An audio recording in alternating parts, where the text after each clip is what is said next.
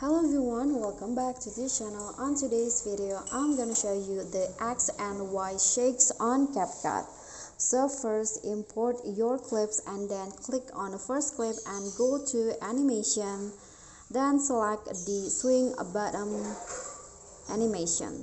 Okay, adjust in how much you like, and then after that click on the next clip and now choose the swing right animation.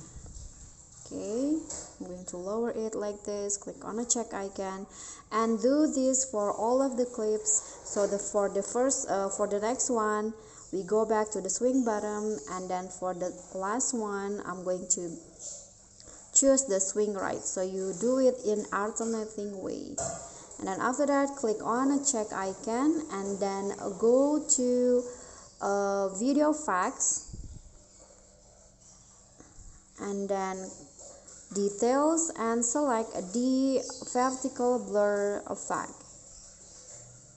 Okay, this one's right here. Click on a check icon, make it short as possible, and then for the next clip go to video again, and this time select the basic category and then choose the motion blur effect.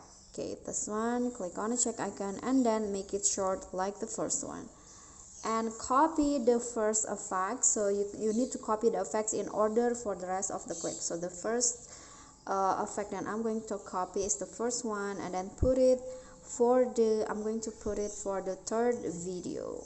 Okay, so in here, and then the second one for the fourth video like this.